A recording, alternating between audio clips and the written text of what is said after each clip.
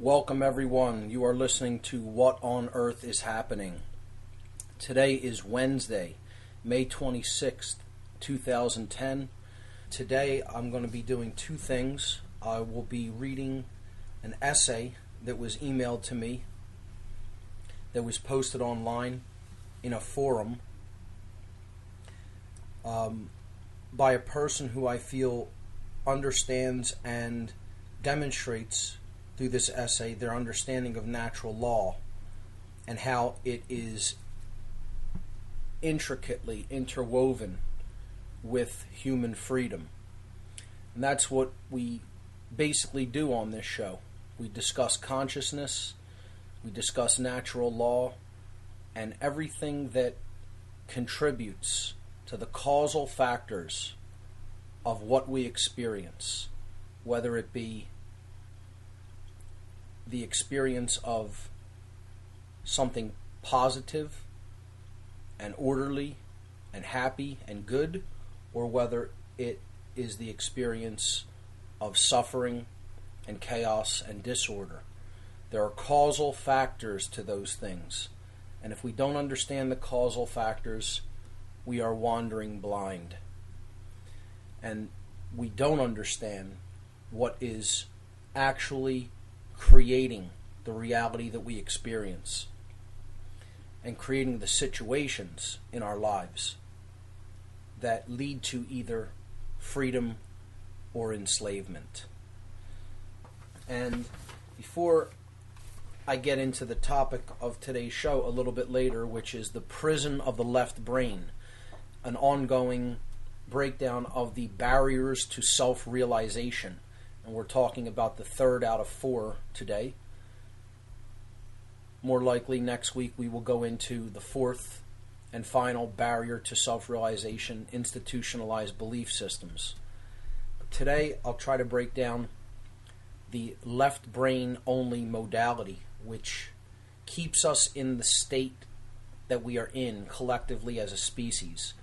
What creates that, what conditions lead to that state, and how we need to transcend that left brain only modality that most of us are trapped in if we're ever going to make progress and actually become truly free as a species.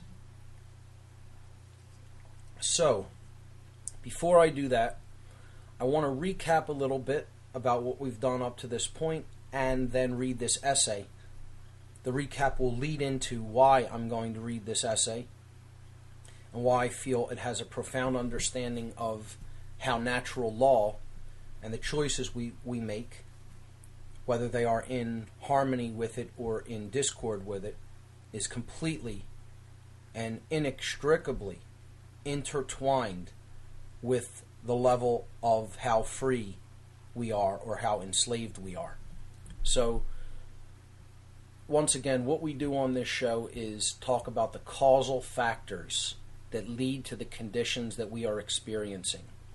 And as we said in earlier shows, the ultimate causal factor that is leading to the conditions of the world as they are now and forcing us to experience what we are experiencing right now as far as the loss of our freedoms and the rampant control mechanisms that are trying to be put into place by people who do not have our interests at heart, and many of them are just completely ignorant as to what they're actually creating. The bottom line causal factor is humanity's basic inability to tell truth from falsehood.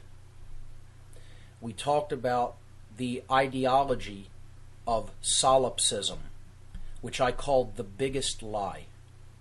The refusal to accept that there is such a thing as objective truth. The ideology of solipsism claims that there is no such thing as truth, that perception is reality. And this is the biggest lie, and this is ultimately how we are fooled and why we suffer, because we refuse to accept that there is such a thing as objective truth, and we do not have the ability in a low state of consciousness to be able to tell what is actually the situation, to be able to tell the truth from falsehoods and deceptions. And that is ultimately the bottom line reason, the bottom line causal factor of what is actually occurring.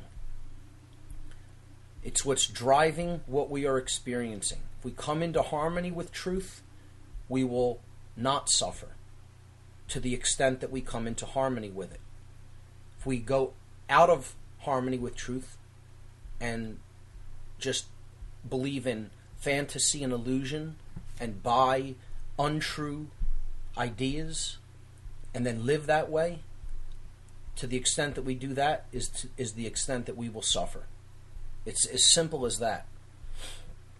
So in relation to this, we realize we have to take a look at what human consciousness is, what comprises it.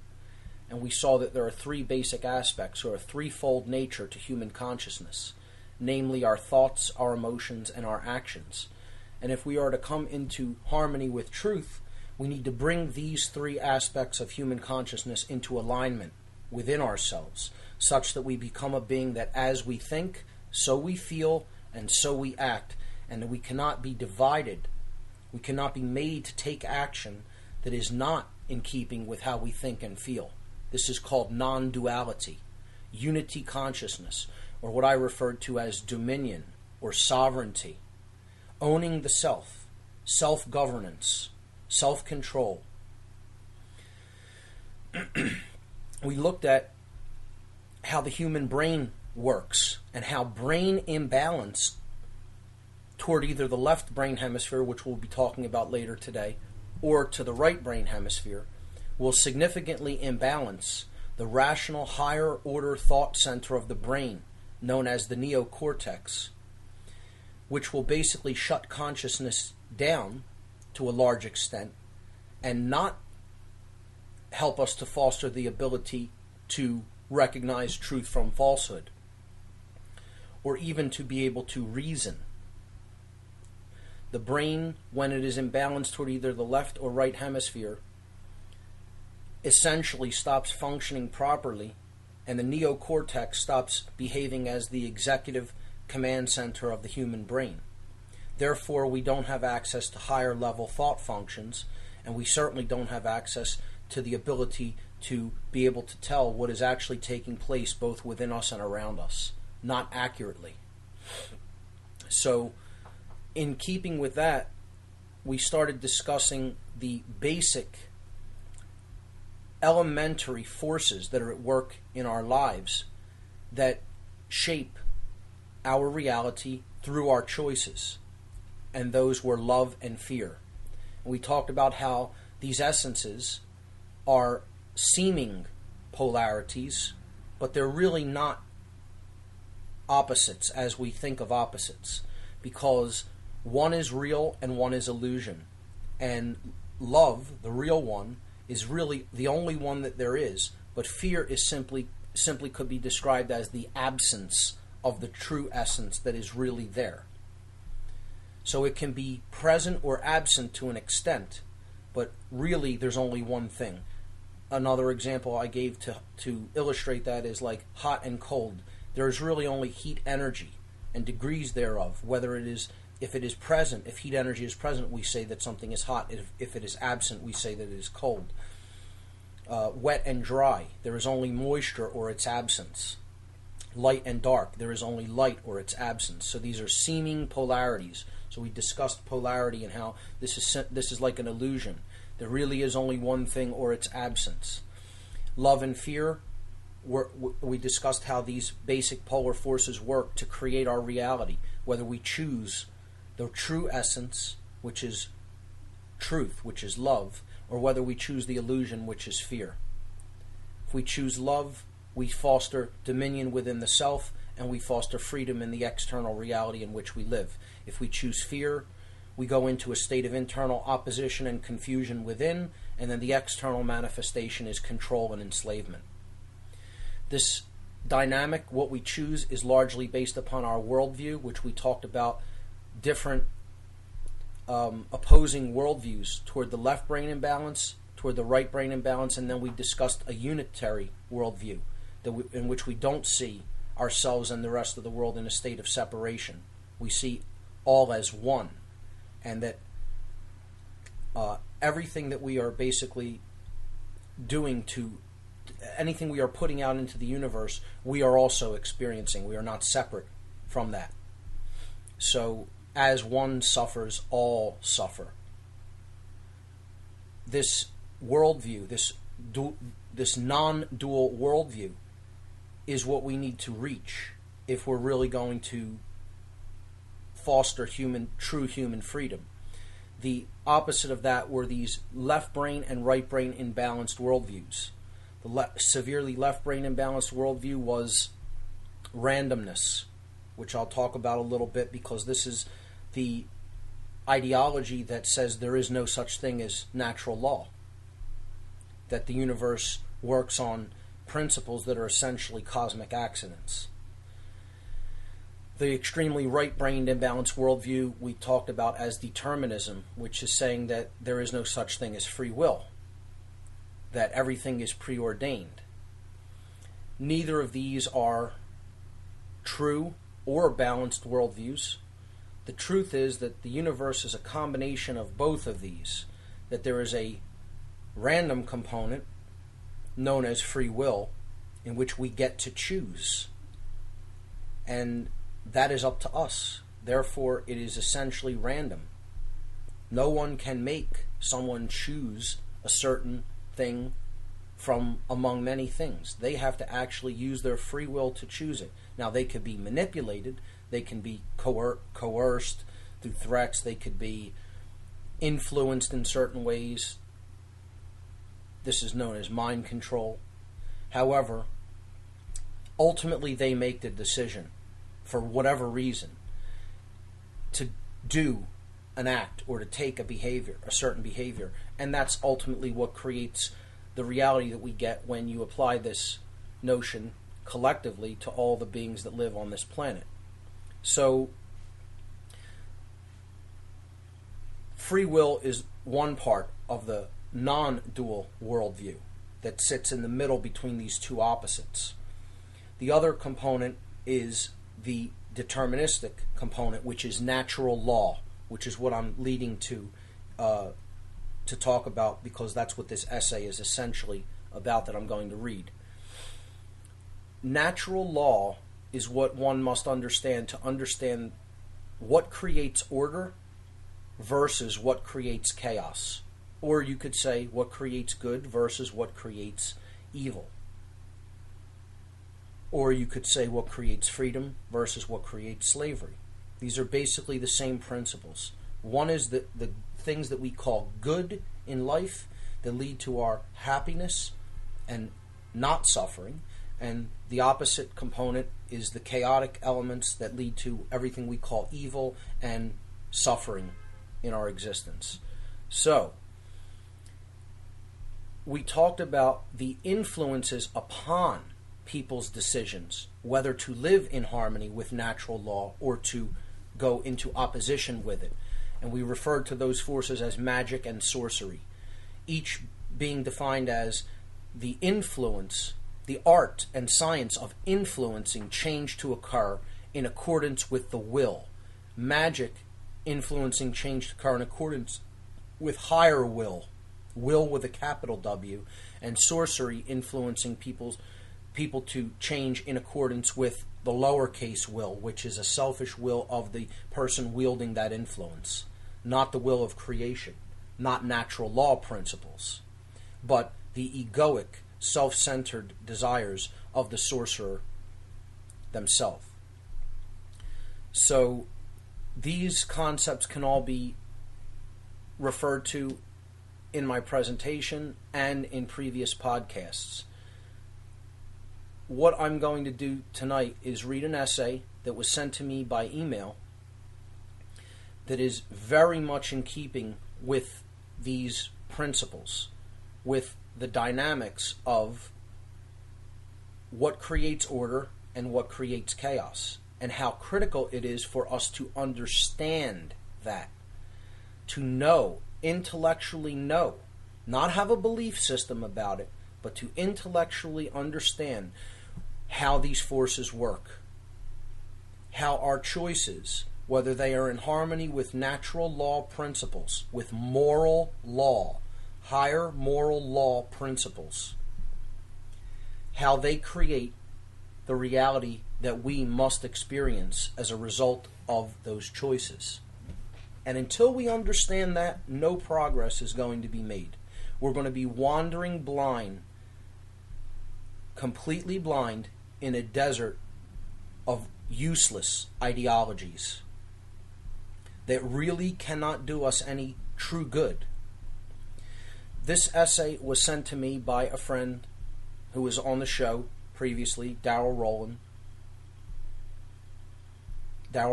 and he sent me this by email, and this is a link from a internet forum, and the person posting calls themselves Aquinas. So I called this essay, it wasn't titled because it was just a forum response online, and I termed this essay Aquinas on Liberty. So I'll read it, and then I will chime in and comment on some of the concepts contained in it and expand on them a little bit. Aquinas on Liberty. As long as we abide in partial darkness, we will continue to be conquered. If we looked very closely at the idea of liberty, we would discover that there is a radical distinction between true human liberty and liberty falsely so called. Indeed, liberty falsely so called is that same liberty which the New World Order qualifies as, quote, the bait of an idea to attract the masses of the people to one's party for the purpose of crushing another who is in authority, unquote, and as an idea of freedom which is really an infection, and as a slackening of the reins of government. So what this person is saying in this first paragraph is there is true human freedom, and then there is a notion or an idea of freedom that is put out by the establishment as controlled opposition, as basically baiting people into one's own movement for the purpose only of opposing another movement that currently happens to be in power at the time.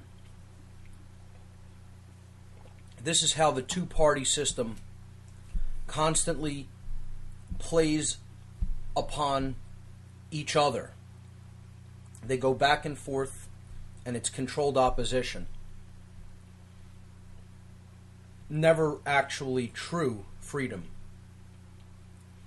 Continuing with the essay. Where does the false idea of liberty come from? What is false liberty? What is true liberty?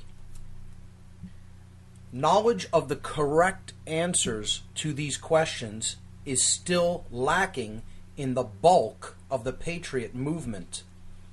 And to the degree that it is lacking, so is integral unity and true power to overcome the menace. Until the patriot movement unifies itself under true philosophical principles, it will win only apparent victories, while the satanic New World Order continues its long march to total global domination. True liberty is the highest of natural endowments.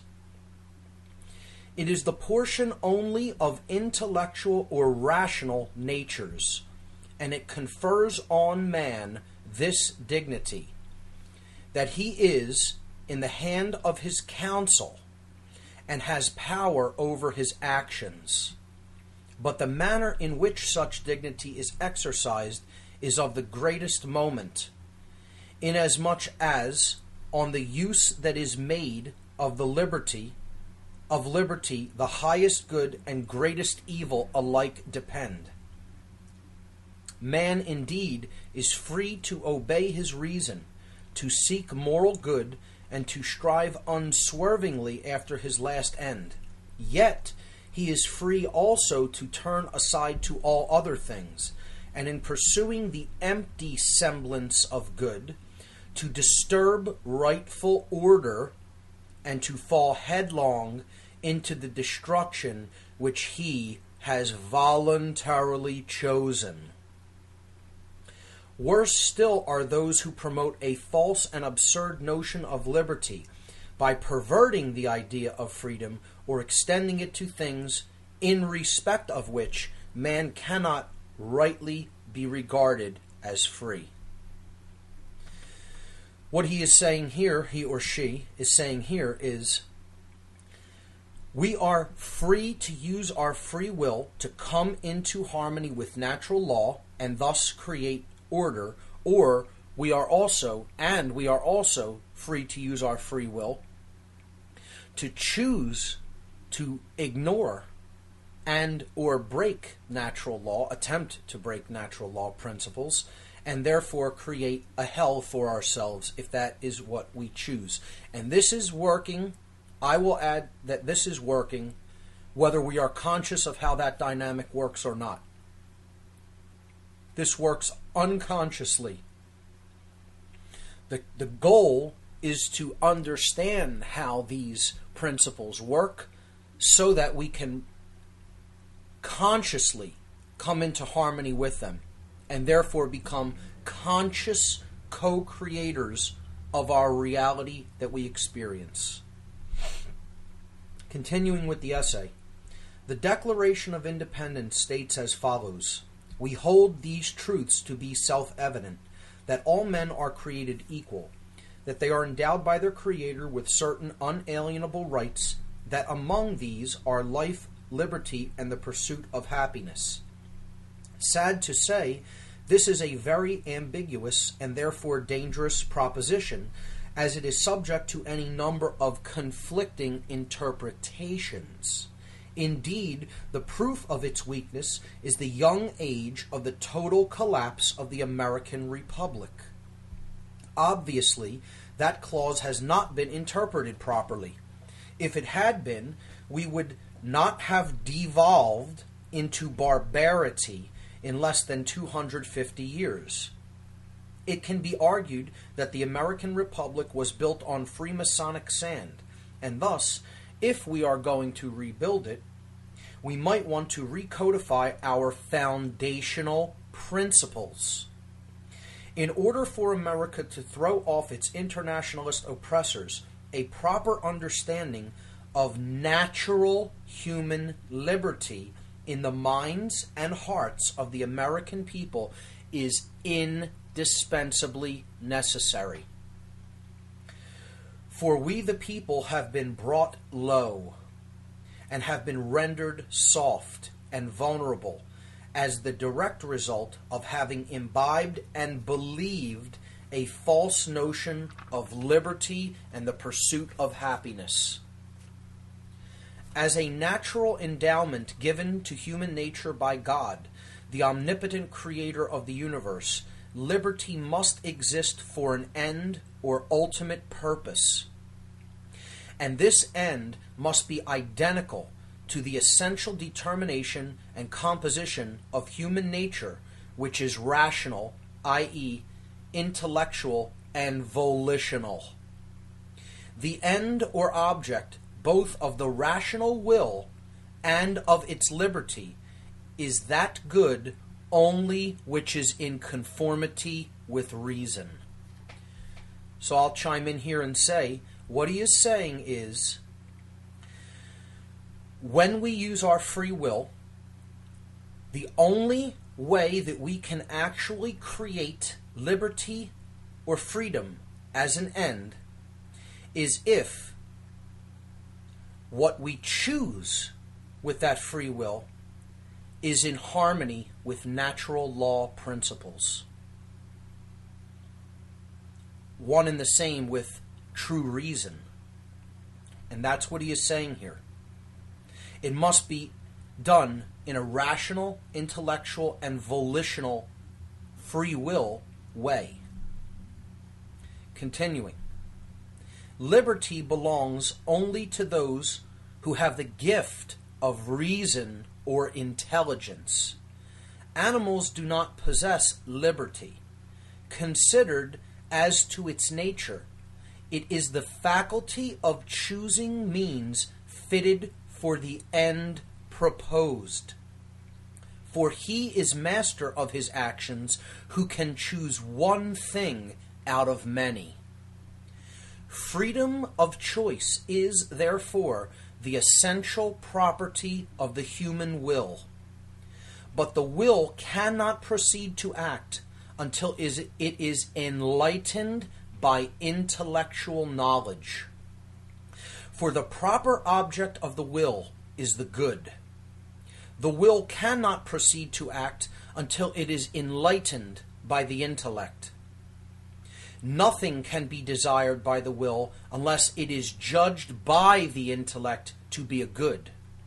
Thus, in all voluntary acts, choice is subsequent to an intellectual judgment that something is good or desirable.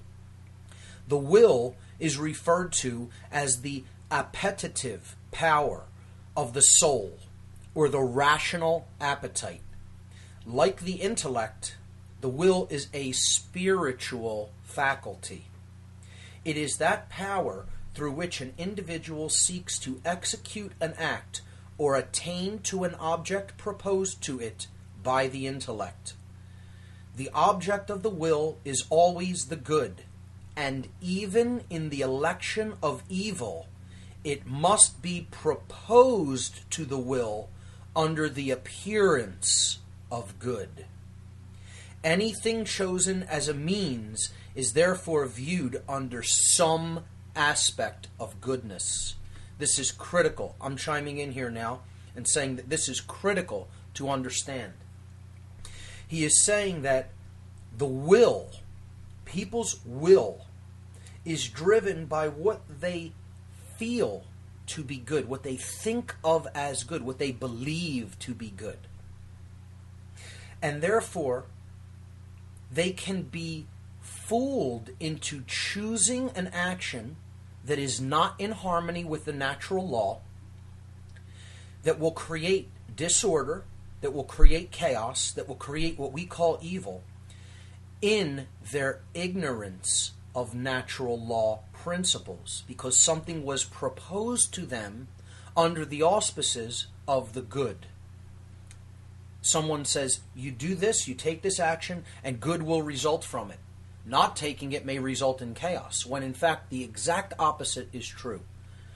That in most cases, taking actions that are not in harmony with natural law, that are based in control and based in fear and based in illusory power, will create nothing but chaos and disorder in the world. And until people understand, the ignorant people who are being fooled into doing these actions by someone telling them that if they don't take such actions, that chaos will result, they are actually doing the work of evil unknowingly, not consciously, but unconsciously, because they are not conscious. They do not have the developed intellect, the developed ability to recognize truth from falsehood. We're not talking about just left brain intellect here, as he's using the word. This is holistic intelligence, reason, the ability to be able to tell what is actually taking place, both within oneself and in the environment or the realm in which the self exists and operates. Or what I gave earlier in this podcast, in this radio program, as the definition for consciousness itself. Continuing with the essay. Therefore, because in all voluntary acts, choice is subsequent to a judgment upon the truth of the good presented, declaring to which good preference should be given, It is an immutably true principle that human liberty depends entirely on intellectual judgments that conform to reason and the natural law. If a judgment which does not conform to the natural law or to reason, and which is, therefore, objectively false and immoral, is acted upon by the will, then it is a source of grave disorder in society. Exponentially multiply the number of individual immoral acts, and you have a republic that collapses from moral decay in a short period of time. Absolutely amazing. This is one of the most profound understandings of how natural law works that I've ever read anywhere. And that's saying something, because I've read voraciously since I was very young. And this person has a profound understanding of how natural law works in the world. I'm going to read that paragraph again and analyze it a bit at a time. Because in all voluntary acts, choice is subsequent to a judgment upon the truth of the good presented, declaring to which good preference should be given. What he is saying here is when we choose something by our own free will, okay, we are acting upon what we believe to be true. And we are saying, we are declaring to which good preference should be given. We're saying out of all these possible options, I'm going to choose to do this because I think that is the way to go about things. I think that is the way to actually create good. But the problem with this is, if we are mistaken or misled in our judgment upon the truth of the good presented, what if we are deceived? What if we bought a lie? What if we do not have a true understanding of what that action will really bring about when we take it? I would suggest to the listening audience that this is where most of humanity is at in consciousness. We do not understand the repercussions, the true repercussions in natural law of our behaviors. And that's why we are continuing to get results in the world that we do not wish to experience. In the next part of that sentence, he says, it is an immutably true principle. So immutably means unchanging. It always works this way. Immutable comes from the Latin verb muteo mutere, which means to change.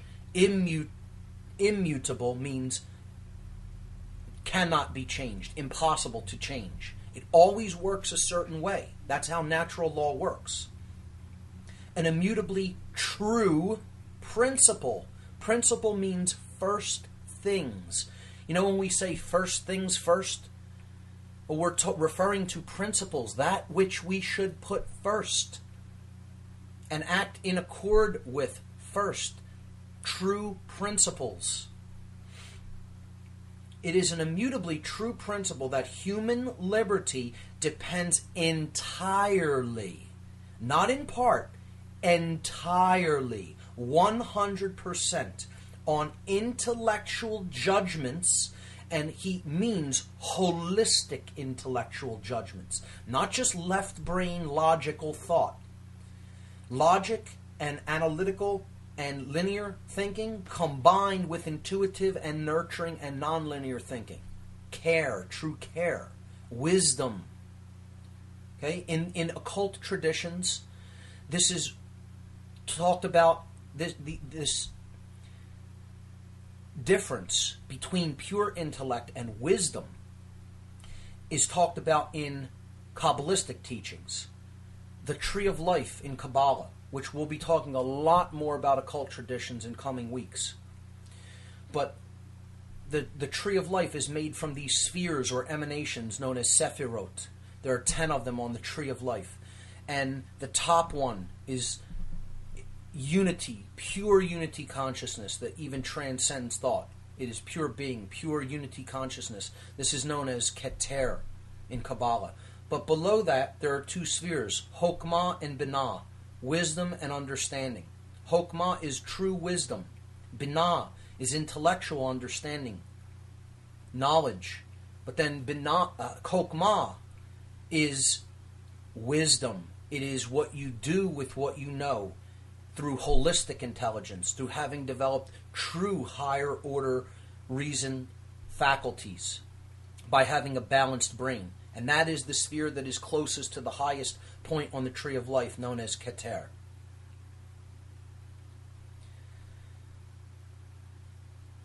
We need to develop true wisdom, true higher level intellect, holistic intelligence, in other words. That is what lets us understand which judgments we will make that will conform with the natural law. So once again, that sentence is critical. It is an immutably true principle that human liberty depends entirely on intellectual judgments that conform to reason and the natural law. If a judgment which does not conform to the natural law or reason, and which is therefore objectively false and immoral. Think about that, what he's saying there. When our judgment does not conform to natural law, by definition, it is objectively false and it is also immoral. That's absolutely true, and that is absolute profound understanding of how natural law functions and how free will functions within the boundaries of natural law to create our reality. A brilliant, brilliant assessment in language of how this dynamic works. I totally commend this person for having written this with such clarity. If judgment which does not conform to the natural law and which is therefore objectively false and immoral is acted upon by the will, then it becomes a source of grave disorder in society. And that's just what we've been saying here on this program.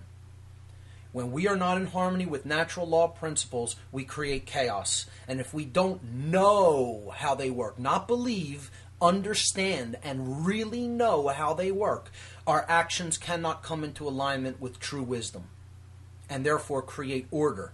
They can only create chaos. When you exponentially multiply the number of individual moral acts, you have a republic that collapses from moral decay in a short period of time. And that's where we're at, folks. That's where we're at. What led to people losing their freedom is the moral decay in America. Call it as self-righteous as you want. Say that I'm generalizing as much as you want. That is true. That is what is actually creating it. I am simply stating how a law functions. That's it. It is no more egoic or self-righteous than stating how the law of gravity functions. It's how it is. It is simply the case. Period. The end. Sorry if you don't like it stated that way, but I don't sugarcoat things here on this program or in life in general. So going back to the essay, I'll wrap up the last paragraph. Hedonism, i.e. the tyranny of the passions, has no place in the well-ordered man or in the well-ordered civilization. Unfortunately, our elitist overlords have long been at dumbing us down to the level of beasts that cannot employ their natural rational endowments, but only their carnal lusts. We allowed this to happen to us because we mistakenly believed that the lie they told us, namely that true liberty is the right to do whatever we want, whenever we want, as long as it is not illegal or discoverable. True liberty is an essential property of objective truth and morality. Therefore, there can be no true liberty in a civilization that enshrines moral relativity. And that's the end of the essay. And I'd like to go back over that paragraph because of how profound it is as well. Hedonism, the tyranny of the passions, meaning the pleasure principle, living life purely for pleasure of oneself, one's own carnal pleasures, never taking an interest in wider global affairs, in whether human beings are living in harmony with natural law, are living in moral ways with each other. Just saying, as long as I'm comfortable and as long as I have the things that make me comfortable and happy, I don't care about what happens to anyone else.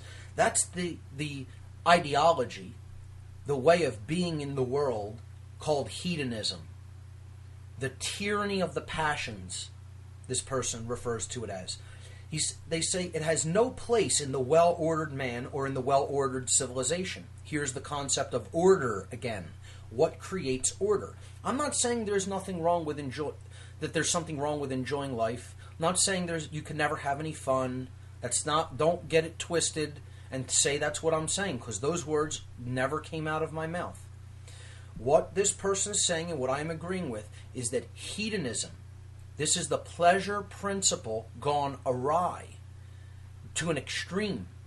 In a world where immense suffering is taking place all around us, all we really care about is whether we're comfortable and happy in our own little pocket of the world. That has no place in the well-ordered being or the well-ordered society. He says, unfortunately, our elitist overlords have long been at dumbing us down to the level of beasts that cannot even employ their rational endowments, but only their carnal lusts. And take a look around, folks. Take a look around. That's exactly what has happened. Through mind control, through the education system that we have set up in the Western civilization and indeed around the world, and through the prison of the left brain. Living only for the physical.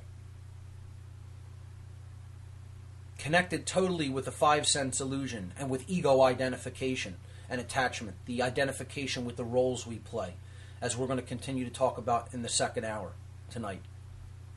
All connected with barriers to self-realization, the actualization and realization of who we really are. Continuing to break down this last paragraph, we allowed this to happen to us because we mistakenly believed the lie, the big lie, that true liberty is the right to do whatever we want, whenever we want, as long as it is not, quote, illegal. Not in accordance with natural law, but in accordance, or not in accordance with the law of man. We could do whatever we want. That's not what the true will means, capital W. It does not mean do whatever you want. When the occultist Aleister Crowley wrote the words, "Do what thou wilt shall be the whole of the law," will and law means capital W will, and law means capital W L, law. To do the true will, one must be in harmony with higher level law, moral law, natural law. People never quote the second part of that phrase, which is love is the law. The force of love, the expansive force of consciousness, is the law, the higher law, capital L, the law of creation, natural law. Another aspect of that quote is, do the will, and no other shall say nay. You will not have suffering if you are in compliance with natural law principles. Love consciousness, non-dual consciousness. continuing with the breakdown, true liberty is an essential property of objective truth and morality. What we've been talking about from the very beginning of this show. There is such a thing as objective truth, and there is such a thing as objective morality. Our actions fall into two categories. Those which we do have the right to take, and those which we do not have the right to take. And those which we do have the right to take are called rights. And those which we do not have the right to take are called wrongs. The refusal to accept this, that this is in place, that this is true and operating upon us, is what has worked us into the mess that we are worked into. And until people accept that, don't expect it to change, ladies and gentlemen. Do not expect it to change for an instant, because it is not going to until those principles are accepted as truths and as laws that are in operation, that we are bound by at all times and all places, as long as you are in this three-dimensional space-time universe. And again, I'm not worried about other universes. On this show, I talk about what goes on in this realm. That's why the show is called What on Earth is Happening. Not what's happening in some other dimension of space-time reality or time-space reality. I don't know about those realms. You ever hear the phrase, be here now? Be here now. There's no other moment except now. There's no other place except here. So be here now. Worry about other realms when you're operating within those other realms. If you have a way to get to other realms, wonderful. Do it, prove that you could do it, and then teach other people how to do it if you can get them out of this place, out of this hell, okay? But while we're here, if we're going to change the dynamic that we experience while we are here, then come to grips with being here and operating within the now. So that is how moral law works. That liberty is a property of it. When we are in harmony with moral law, taking only the actions which we have the right to take, or being in harmony with the will, capital W, as we talked about previously on this show, then we will become free. If we ignore that, and we accept moral relativism, that there is no such thing as objective right or wrong, then we're going to go deeper and deeper and deeper and deeper into a prison. And it's fine, actually. It's fine. That's how it works. Moral law, higher level natural law, is always working, it's always in effect, and it always works perfectly. So there's no reason to even get upset about that.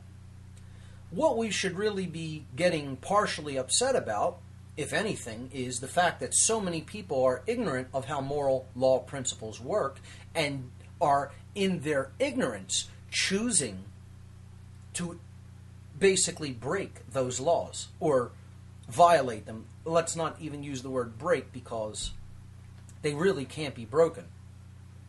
They are in effect, we are bound by them, and they operate, period. The final sentence of this essay is, there can be no true liberty in a civilization that enshrines moral relativity. And this is exactly what I've been talking about for weeks on this show. As long as we accept the notion that there is no such thing as truth and no such thing as objective right or wrong, there can be no freedom. And the patriot movement and the freedom movement does not have a deep enough understanding of this. And I'll be the one to say that, since no one else is. Since some other people are, obviously. This person has a brilliant, deep understanding of it, and I would suggest he is an obviously an avid reader and constructs the language brilliantly, I would suggest that this understanding comes from studying occultism as well, which I'll bet if you spoke with that person, they would have a grasp of occult philosophies. So, the best assessment of natural law principles that I've heard in a long, long time. My hat's off to Aquinas, whoever you are. The barriers to self-realization. We've been covering these over the last few weeks. We've already looked at the 5 sense illusion, which is identification with physical matter, when in fact physical matter is essentially a construct for experience. It is not solid per se. It is a wave function that only becomes solid apparently when consciousness is introduced to the equation. This is known as the observer effect. And I displayed this principle through a video that I posted on the podcast section of the website known as the double slit experiment. Last week we looked at ego identification and attachment with my guest Walter Rhodes. We talked about how people identify with the roles that they play in life, that they believe they are the role that they play, as opposed to understanding the true nature of self, which is consciousness itself. The higher self. That's what we're looking at. Barriers to realization, to true awakening. Identification with matter. Identification with the roles that we play. I am a teacher. I am a doctor. I am a lawyer. I am a cop. I am a soldier. I am a politician, etc., etc., etc., etc., etc. When in fact we are none of those things. That is an experience we are having in the construct that we call 3D space-time.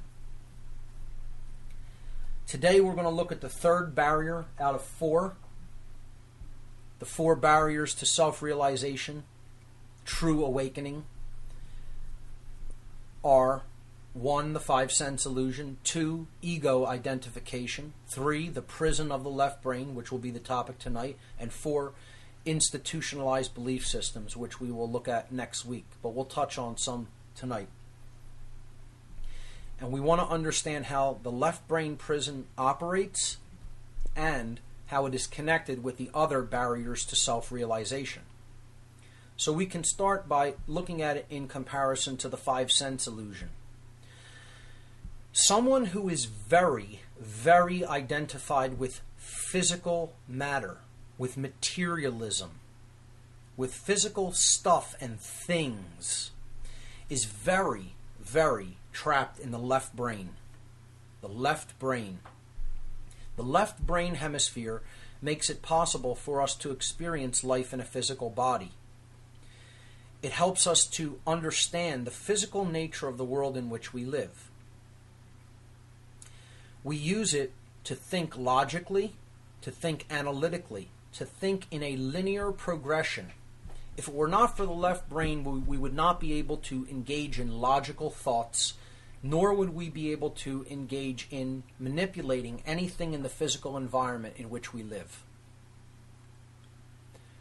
We wouldn't be able to walk, we wouldn't be able to talk, we wouldn't be able to see things and judge how far away they are from us. We wouldn't be able to basically use our motor skills, any of that. The left brain basically correlates all of these functions. So therefore it is critical. We need it. We can't really live without it. We need to use the left brain to go about our daily lives and function in the physical world that we live in. The problem enters into the picture when we live only in the left brain with no connection to the right brain hemisphere. And this has been referred to by many people as the prison of the left brain, engaging only the left brain modality of consciousness and ignoring or leaving out or not experiencing the right brain modality of consciousness. When this happens, several things take place. One, we become obsessed with materiality.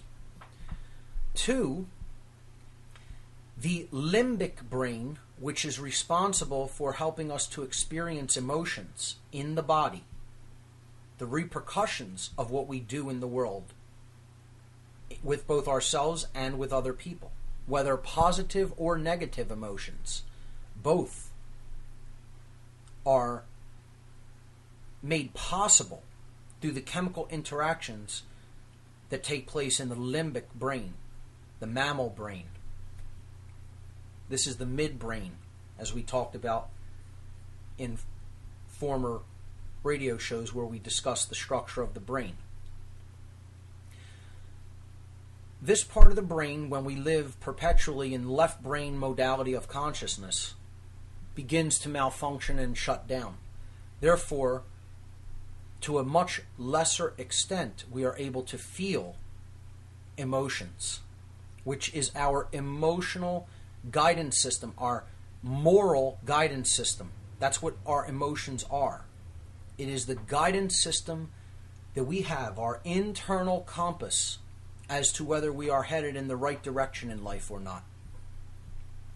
If we attune ourselves to our moral compass, that is only made possible when we are engaged with the right brain in conjunction with the left, a balanced neocortex, the higher level human brain.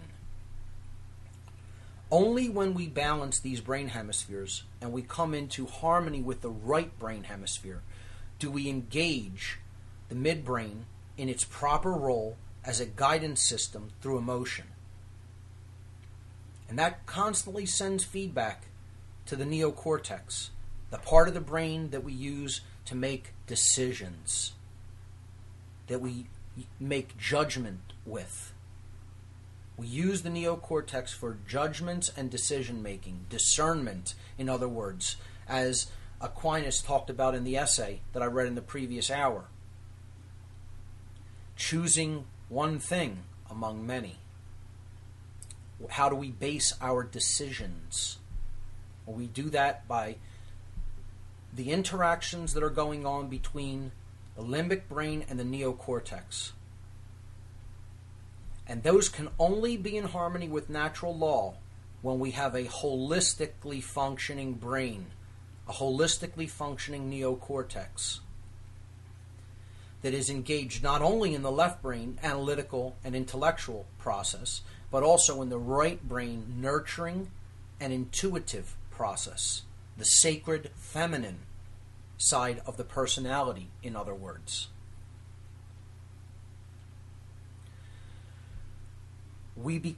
Many of us become trapped in the left brain modality through several things. But largely they can be summed up in one specific way. We become trapped in the left brain through what we take into ourselves. That's the easiest way to put it. We take in to ourselves physical matter that we refer to as food, that provides the nutrients that our material body, the body computer, needs to function. The brain and body need nutrients to function in the physical reality we live in. So we take in nutrients to fuel that system. But we also take in information through our education, what we are taught when we are young, and ongoingly what we are taught as we grow older, and through the media that we take in, the multi-forms of media, whether it be hearing other people speak, whether it be watching television, watching a movie, reading a newspaper, reading books, general conversations even that we have with other people that shape our views and opinions and beliefs. and contribute to what we know and understand. So, what shapes the brain? The brain is like a sponge. It's like an empty hard drive. When we are young, the first approximately 6 years, all we're doing is downloading data to the drive. And this shapes the personality from a very young age. It's difficult once that download stops. It's difficult to rewrite the software. We have to use will to get into that source code and change it. And we didn't write it. It was written by all of the opinions, beliefs that shaped it while we were still in formative developmental years. So it's a big task to change through an act of will. It's possible. There are many people who are living proof that that is quite possible, who have undergone a radical, transformative journey in their lives from a person that was a half of a being trapped in the left brain, some perhaps in the right brain, to becoming whole again and having a holistic, properly functioning brain in which both the left and right brain functions in harmony and in non-duality, non-conflict. The prison of the left brain is created by this download of information, and most people stay in that modality throughout their lives. Most do. Largely, this happens through the educational system. The educational system stresses and emphasizes the first barrier to self-realization, 5 sense illusion. You hear about reading, writing, and arithmetic in schools, but do you ever hear about, are there any classes on morality in schools? Oh no, there would be an uproar about that. You can't teach children right from wrong. Do you ever hear any classes about how to live in social harmony, true social harmony, how to respect the rights of others, how to deeply understand what your rights are as a sovereign being and respect the sovereign rights of other people? No, because you couldn't breed a controller class like that.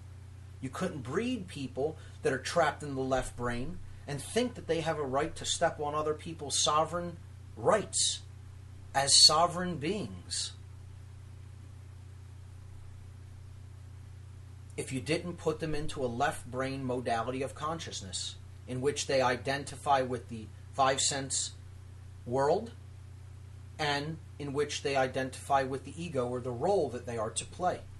You want to get people not understanding the true nature of self, but identifying with the lowercase s self. Identifying with the role as opposed to understanding it as an experience. So, the 5 sense illusion plays a major role in this process. You have to teach people that the goal of life is survival and materialism, to acquire things, to constantly live in fear mode of lack, of not having enough. Never understanding that we are one, we're not separate from each other, never understanding that there is enough, that there need be no lack.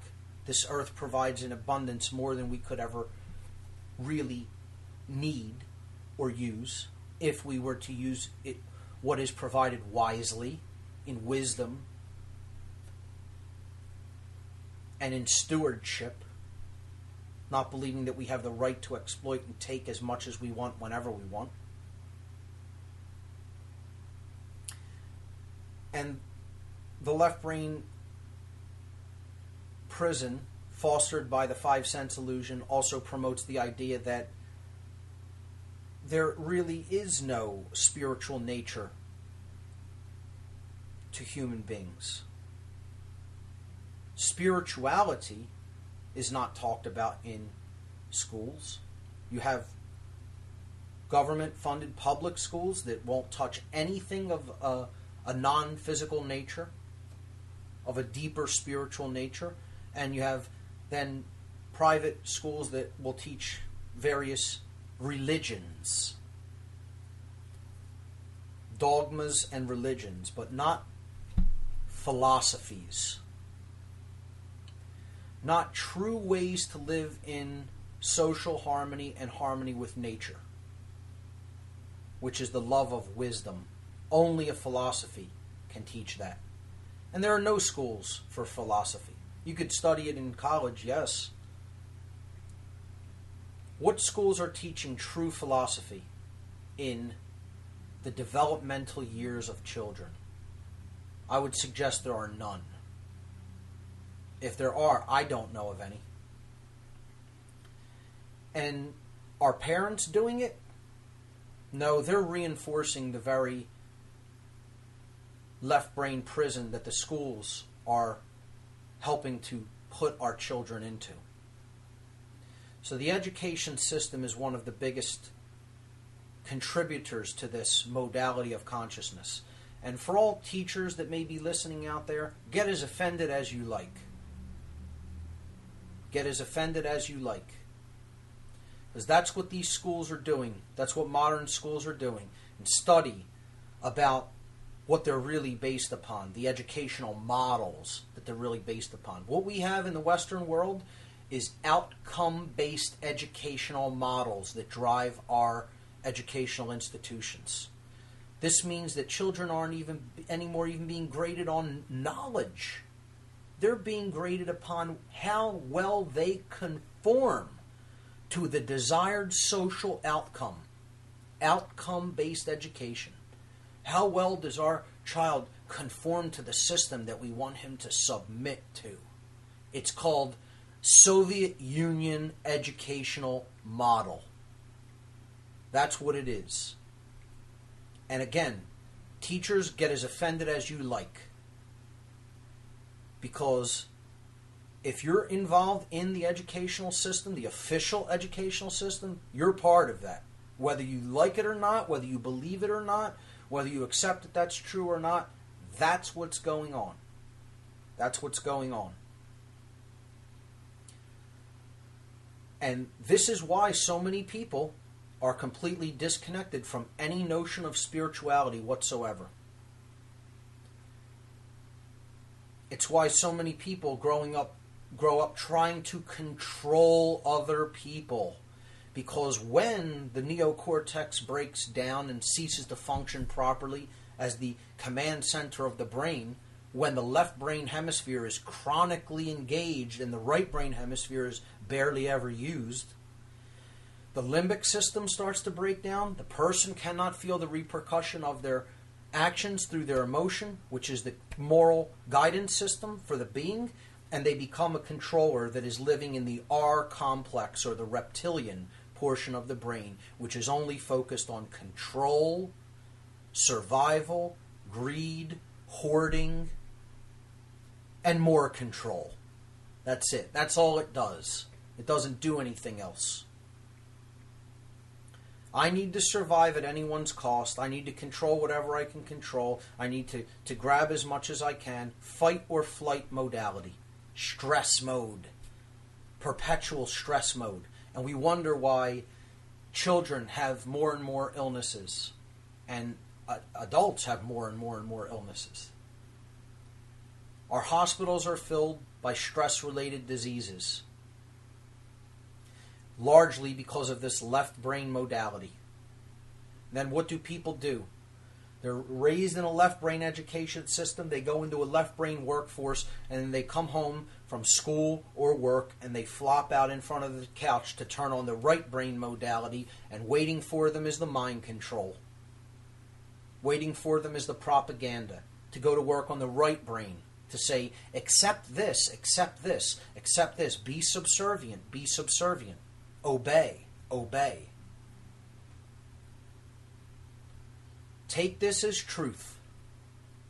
You'll notice on the news, it's geared toward the right brain, because once somebody is engaged in the left brain mode for 8 hours a day, 8 to 10 hours a day, always in left brain mode, from the time they wake up, go through their rituals, which are left brain, eat, go to work, do the same left brain activities all day, drive, left brain activity. They come home, they want to eat.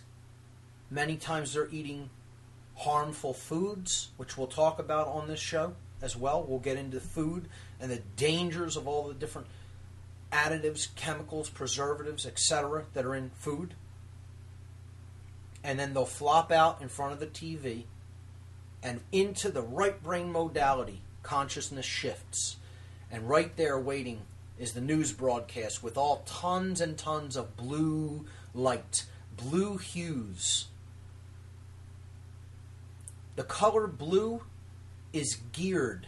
It is a frequency geared to put somebody in the right brain mode of consciousness, which you're trying to get them to accept this information as true. Accept this. Take it. It's good. Believe it. Here's the blue frequency to tell you that it's comfortable. It's true. Blue goes to work on the right brain. But this can't really be achieved unless you kept somebody in a left brain mode all day long. Through school, through work. These are left brain modalities. And then after they come out of that, they have this need, this desire to switch into right brain mode, because the body recognizes the imbalance and it strives to correct it. So you want to be passive. You want that feminine aspect of passivity. And that's what makes it so easy then to drive the propaganda home in the afternoon or the evening in front of the hypnosis box, the propaganda box. And people fall for it, and they can't disconnect from that poison because it's a drug. It's a drug. And the left brain prison makes it possible to get that into through the right brain imbalance. So it's a dual form of imbalance. And an important aspect of it is the left brain prison creates controllers. And I'm going to start to break down the hierarchy of how control actually works in any system. It works through the same fundamental hierarchical structure, which is formed like a pyramid. It's compartmentalized and hierarchical. And you can see how the functions of the brain work in that system.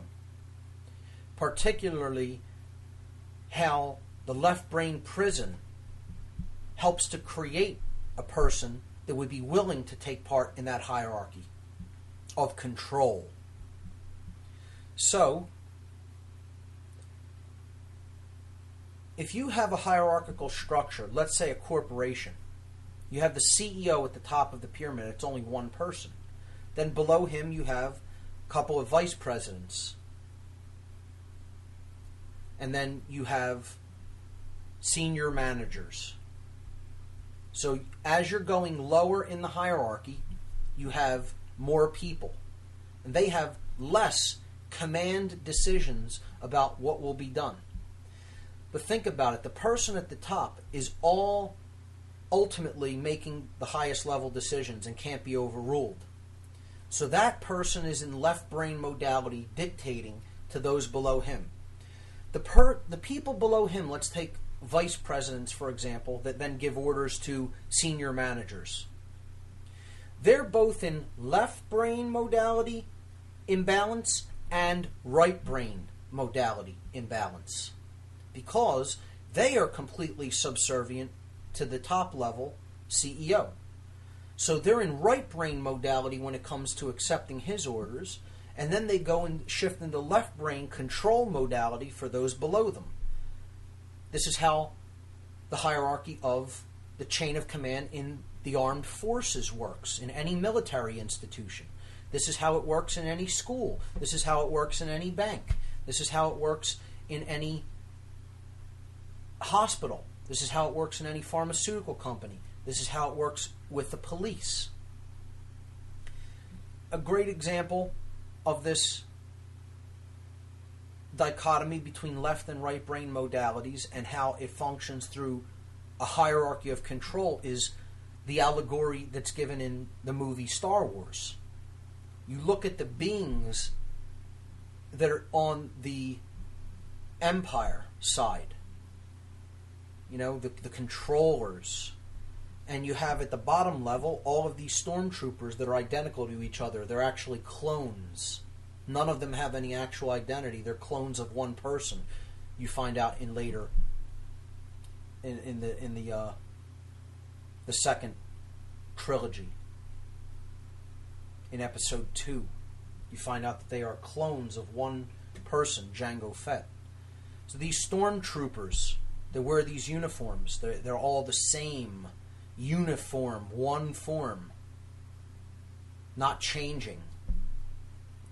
They're left brain to all the people they're trying to control and put into a prison or a police state, an empire. But to their boss, the commanders in the black uniforms, they're completely subservient. They take orders. They follow orders. So they're in a completely right-brained modality. Mind control, in other words. They're under mind control. That works upon the right brain largely. But it works through keeping people in a left brain modality most of the time. That's how you gain access to the right brain. That basically makes the person accept and follow orders. That's a right brain imbalance. And then to all the people they are told they are allowed to control and brutalize, they act in a completely left brain imbalanced way. They are then the master of those people in their own minds. Not in reality, of course, in their ignorant illusion, in their total ignorance of natural law. They believe that they have the right to act that way toward other living sovereign beings. But they don't, and they never will possess that right. Because, you know why? It doesn't exist. They don't have that right. Period. The end. For all time. That right does not exist, cannot be granted. It can only be believed. It can only be claimed and believed. But it does not exist. In point of fact reality, it does not exist, that right. So their commanders in the black uniforms, they are left brain when it comes to commanding their troops, the stormtroopers. But to Vader, Darth Vader, they're completely subservient and right brain, and they're under his mind control. Vader is the same. He's not the top of the pyramid. He commands all the rest of the troops and forces and commanders. So to them, he's left-brained, but to his master, the Emperor, he's completely right-brained. See where I'm going with this? In a system of imbalance, of brain imbalance, and a hierarchical system based in control, which is based in fear, there are no free beings. Everyone is simultaneously a slave while being a master of some lower level slave. None of them are truly free. You can say, oh, well, who's the emperor take orders from?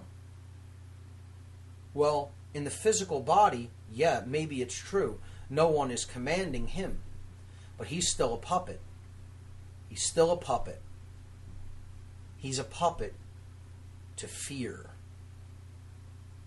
A puppet to fear. The dark side of the Force. which is what we've already talked about as one of the essences or the emotional polarities, the forces that through our free will decisions we come into alignment with one or the other, and one of them is real, the other is illusion. Fear is an illusion. It is simply the absence of love or awakening consciousness. The ability to tell truth from falsehood, the expansive force of consciousness, love, is real. Fear is the illusion. It can never create anything good. It can never create order. It can only create chaos. So these controllers, they want their new world order. It isn't order. It's nothing of the kind. I think we should stop calling it New World Order and call it the New World Chaos, because that's what it is. That's what they're trying to build, the New World of Chaos. You have chaos in society now, folks. You have no order. You have no actual even semblance of order. People who think they're creating order through control are delusional ignoramuses. They have no idea what they're creating. They are unconscious co-creators of their reality and others' realities. Others' reality. We have a shared reality that is created by the coming together of all the free will decisions that we collectively make through our understanding or through our ignorance of natural law principles. What we do have the right, the actions we do have the right to take, and the actions we do not have the right to take. And so many people are choosing actions that they do not possess the right to take because they're deceived and they're ignorant. And they don't have the intellectual capacity and understanding to understand that what they're doing is morally wrong. Morally wrong. Just like the Nazis in World War II. Under the Third Reich of Hitler and Himmler and Goebbels and others. Being told they had the right to do this, and they believed it wholeheartedly, thought they were doing the right thing. Still, many of them interviewed today have no remorse whatsoever. None. If you want to understand how, we're going to talk much more deeply about mind control and how it works in coming weeks. You want to understand how it works and understand the forces that led to the creation of the Third Reich? Well, you need to study the occult then. And you need to check out the documentary, The Occult History of the Third Reich. And you'll learn a whole lot about occult ideologies that led to the creation of a regime like that. And this is the same thing that's leading to the creation of the regime in the United States, the Nazi regime of America. The police state that's coming in through barbarian ignoramuses that have no idea what they're creating. Completely asleep at the wheel, going over the edge of the cliff. A bunch of complete ignorant Nazi hordes that have absolutely no idea how natural law functions because they've grown up and stayed in a completely left brain modality. Now, you look at some brain scans of people who have eaten a Western diet, who have been indoctrinated into a completely Western style educational model, education system, whose diet is terrible, filled with additives, preservatives, chemicals, high fat, high carb, high cholesterol, high sugar, on and on and on and on. Fluoride in the water. Pharmaceuticals. Poison air, etc. You name it.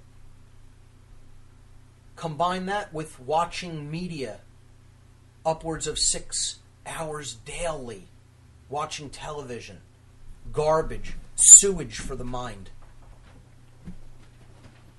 And you look at their brain scans and it looks like craters on the moon. It looks like Swiss cheese. This is a physically provable phenomena that is backed by scientifically determined patterns in the human brain that are actually able to be imaged through modern brain scan technology. I'll post one of them with this podcast.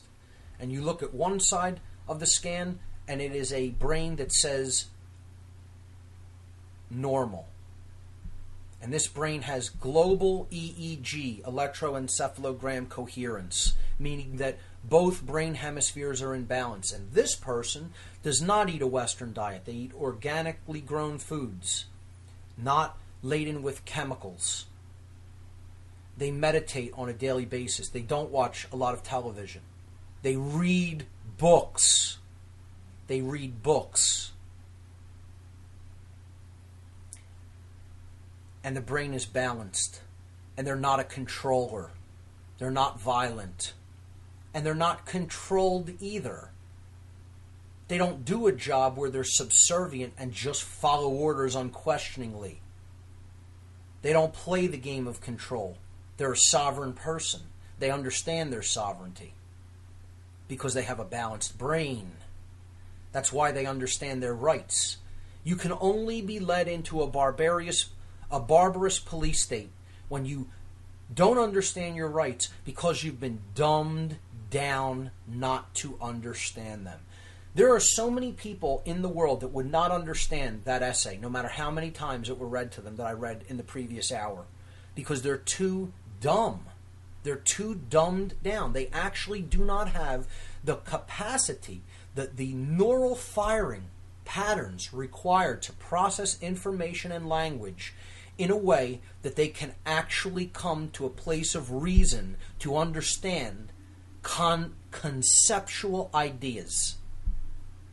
They can only deal in the physical world, which is the prison of the left brain. Worldly, matter, materialistic identification. And they can only deal with the role that they're in. I am a cop. I am a soldier. This is what I do. It's my job. That's just my job. I'm not a being in consciousness, in creation, that has rights, that needs to respect the rights of other beings, that needs to grow and learn and understand what I'm a part of, indeed what I actually am. No, I need to believe that I'm the role that I'm playing, that I've been mind-controlled into playing. Let's call it what it really is. And I'm just going to follow orders. The Nuremberg defense. Well, other people were telling me that I was allowed to do that. Yeah, you could tell anybody they're allowed to do anything. You can write down that they're allowed to do it. All the things Hitler enacted was written down in law. You know, he passed the law for all of it. Does that mean that they had the right to do any of those things? No. Because law of man and natural moral law are two completely non-connected things, and one has nothing to do with the other. Man's law is illusion. It is oppositional by nature. There is no authority, true authority, that creates it. It is only a claim of authority and those who recognize the claim. While natural law is not an illusion, it is in fact, in point of reality, existing and operating, whether we are aware of it or not, whether we understand it or not, whether we agree with it or not. And it cannot be broken. And man's law may sometimes fall into harmony with natural law. More oftentimes it is completely out of harmony with natural law, and some would suggest it is almost always out of harmony with it because voluntary cooperation with it isn't suggested. It is force. It is saying you must do this or you must not do this. And anytime you're introducing force, that is based in fear consciousness. You're instigating force. You're saying, I'm claiming the authority to be able to force you to do that. Now, responding to force with the necessary force required to put down an undue act of violence, which is the initiation of force, is within people's rights. So something like self-defense or preserving your right through taking a forceful action that will put down the act of an aggressor against a right is allowed within natural law. And this is something many people don't understand as well, and something many people continue to argue against, particularly in the New Age movement, because they are deceived. They think there is never, ever a time for the proper use of force. And of course there is. Otherwise you wouldn't have the capacity to take that action in free will. But the initiation of force is not within natural law boundaries. Not within natural law right. That is initiating something you do not have the right to do. Coercion. And if you look at what law of man and government in general is, it's coercion.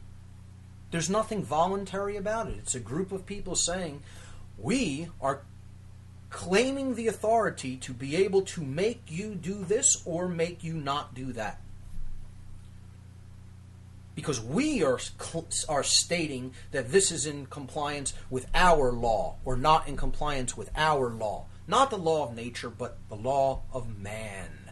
And you see, this is what it all comes down to, folks. Man wants to be God. That's what we're really up against here. Man has worked himself into a position where he actually believes that he can be God here. The hubris is unfathomable. And only people who are completely trapped and wrapped up in the left brain modality of consciousness could ever even begin to think that way. Because to think that way, you have to be in total oppositional consciousness with the self, and you have to be in total duality consciousness with everything around you, all other beings around you. And that is where politicians, lawmakers, high-level religionists, high-level media people, high-level bankers, high-level financiers, high-level corporate interests, high-level politicians of all kinds, military of all kinds, police of all kinds. They do not understand natural law principles. And even if some of them may understand it at very, very high levels, they are choosing, by an act of their own free will, to violate those principles. And because they want to insulate themselves from the repercussions of that law, they get other people, put them under mind control by making them believe that they have the moral authority to do such things, and protect them, insulate them, provide a level of insulation from them with any of the people who would stop them from actually doing the things that they do not have a right to do. And until there are enough people who actually step up and stop them, and this could be done totally peacefully by refusing to help them in their agenda, by refusing to go along with and take orders from them, because they are not within their natural rights. This is what the original spirit of this nation was supposed to be about. Respecting sovereignty under natural law principles. That we were sovereign beings, meaning self-rulers. That's what sovereignty means. The ruler of the kingdom of self. The only thing you're allowed to control. You have control over your own thoughts, your own emotions, and your own actions, and nothing else. And the principles enshrined in the documents of this, the founding documents of this country, were supposed to respect the natural law rights of sovereign beings and ensure that they were not violated by other people or groups of people. Hence, a republic. A group of people that would constitute these principles. Meaning, a republic means of the people. Re is of and public, people. But we have so fallen from that philosophical idea.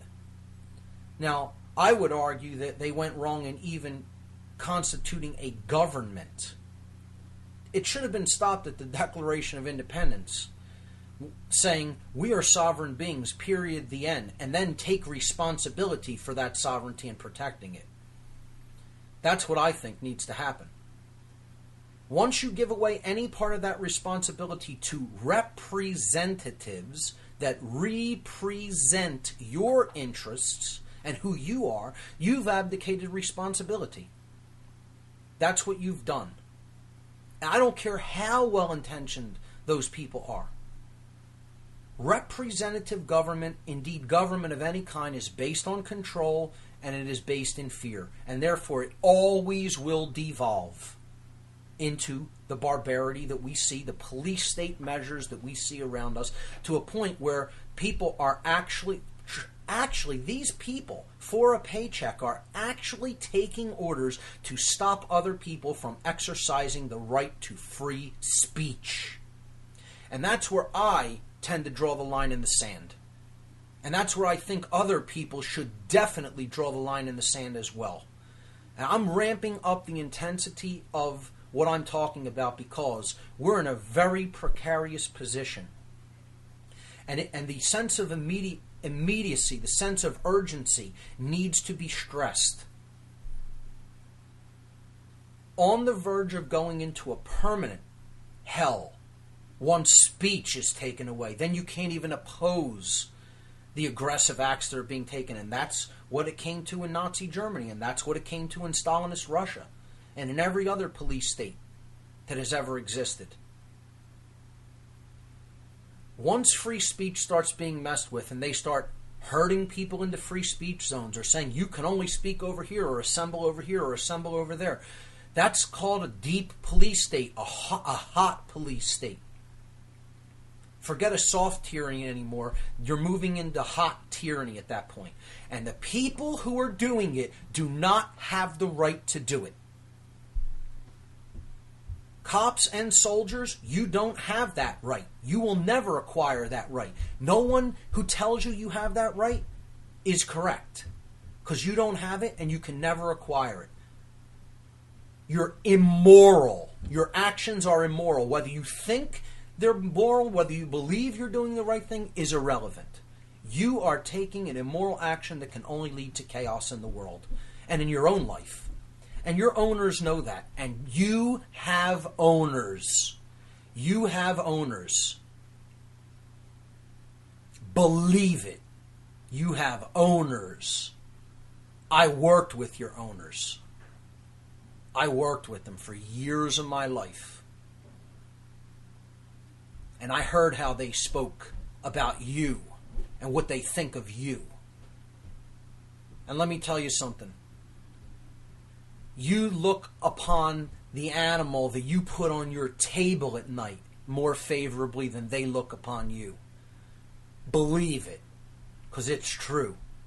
I'm not telling you that from any belief or any place I've read in a book. I'm telling you that because I worked with these people in occult orders that I was involved with years ago in my life. And I'm telling you, what they call their controllers that work and do their agenda is they call them our dogs. That's their name for you. Our dogs. Because that's what they think of you as, a dog on a leash. The other term that they refer to the controllers that do their bidding unknowingly, that think they're doing the right thing and have no idea of how natural law functions and think they're allowed to just follow orders unquestioningly and just do immoral acts that are always immoral and always going to be immoral no matter what anybody tells them. They call them the dead. The dead. Yeah, the dead. Because they consider you spiritually, emotionally, intellectually, and morally dead. And that's who you're working for. That's who you're working for. The people you protect, you go over and you shut down other sovereign people's free speech rights and hoard them over into a little area, someplace on the other side of a city when the G20 comes or when the World Trade Organization comes to a town. These are the very people calling you the dead. And they're right. They're not wrong. They're not wrong. When I first heard a person in an occult order refer to people like that, I got so enraged that they would have the nerve to refer to other living people as dead and as dogs. That I totally, I was disgusted to the core of my being. As much as even in a left-brain modality as I was, I recognized the inherent wrongness in that. And you know what they told me? When I said, I may try to even expose that. Oh, you're going to go and wake the dead.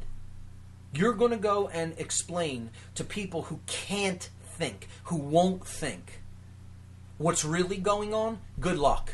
No concern whatsoever. No concern at all.